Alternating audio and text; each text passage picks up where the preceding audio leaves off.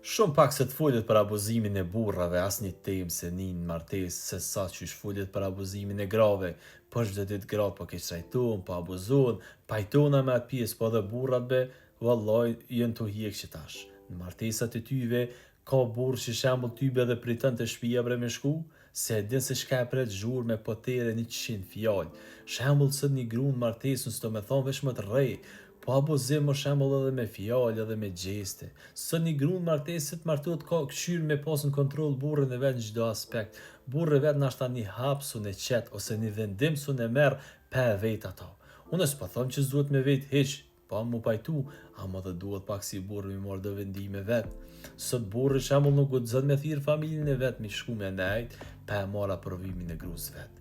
Ama gruaja ka drejt me thirr shembull familjarët e vet, pa e marrë aprovimin e burrit vet, se din që s'guxon mi aprish kërkush. Shembull sot një burr del me një shok, ja han kryt gruaja, as po doket që ke abuzima, ose gruaja ka qef me dal me shoqni, burri si pengon. E ka shembull burri punon e sakrifikon e sen në fund gruaja ka qef mi harxhu këtë parët.